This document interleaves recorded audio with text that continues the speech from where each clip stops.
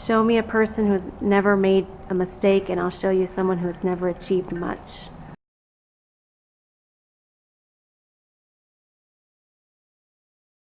One thing that I love about teaching, specifically art, is that kids get to express themselves in a billion different ways and get more and more comfortable as we get to know each other. Being with young people all day keeps me young, and it keeps me learning. And I think that if I was in any other occupation, I would kind of get dry and stale. But kids really keep you learning and wanting to bring new things into the classroom. My favorite thing about teaching is, honestly, I love the 6-year-old kids. It's always something different. They're funny, and we have hilarious conversations, and they are learning new things all the time about life and just things that I'm teaching, so it's always lots of fun. The one thing I love about teaching is that it's never boring. There's always something new to it, and you get to, meet a lot of people and get to know a lot of kids really well. I think what I love most is that there's a beginning and an end. I love that we can complete something, you can see a final product. I love the kids' enthusiasm each day. I love that if we have a bad day, you come back and you have a good day. Sometimes you find that kid who you feel like you can make a real difference for.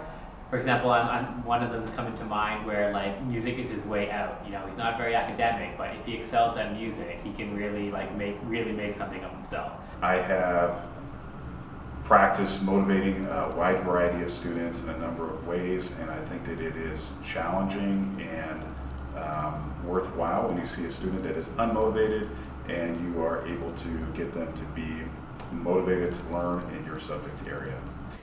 Watching my students come in the beginning of the year and then by the end of the year to see so much progress that they've made. Whenever you have kiddos in your class, there's somebody special. They're the best somebody had to send. Like, it's the best kid they have. It's their whole heart coming to school. Somebody loves them so very much more. And you have to kind of honor that, even if that's not the packaging that your very best heart would come in. Writing it down. If you don't write it down, it didn't happen. So anytime you have any kind of contact with parent or contact with student or any type of lesson, make sure the written record is what's going to stand up. It's just always going to class with an open mind, because every day is different, and you could have 1,000 things planned out down to the minute, and it's never going to be what you always planned. It always changes, because you can't plan for kids' emotions and what happens in the classroom sometimes. Really focus on how you want your classroom to run.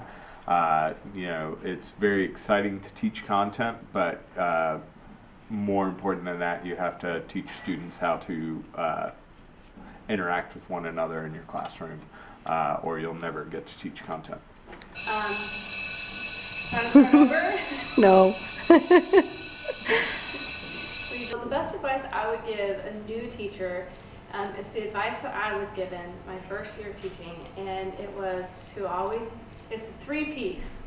To always be prepared, to always be positive, and to always be professional. To not think that you're going to know exactly what to do coming out of school.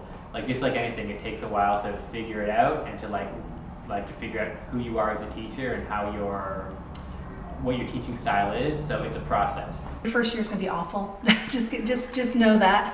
You're going to have great days and bad days. You're going to be frustrated. You're going to spend a lot of time on lessons that don't go your way. You don't have the tools yet to kind of, if something's going wrong, to go back and think what you did before, thinking on your feet. But don't give up, because it really is worth it.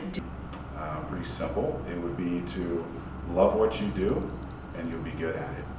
And what I mean by that is, it's a demanding job, and it's a job that it's hard to wake up every day and find your own motivation to go to work at times.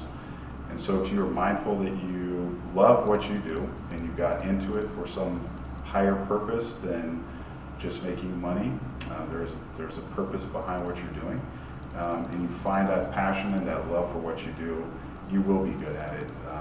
Despite the many mistakes we all make, love what you do, I promise you'll be good at it.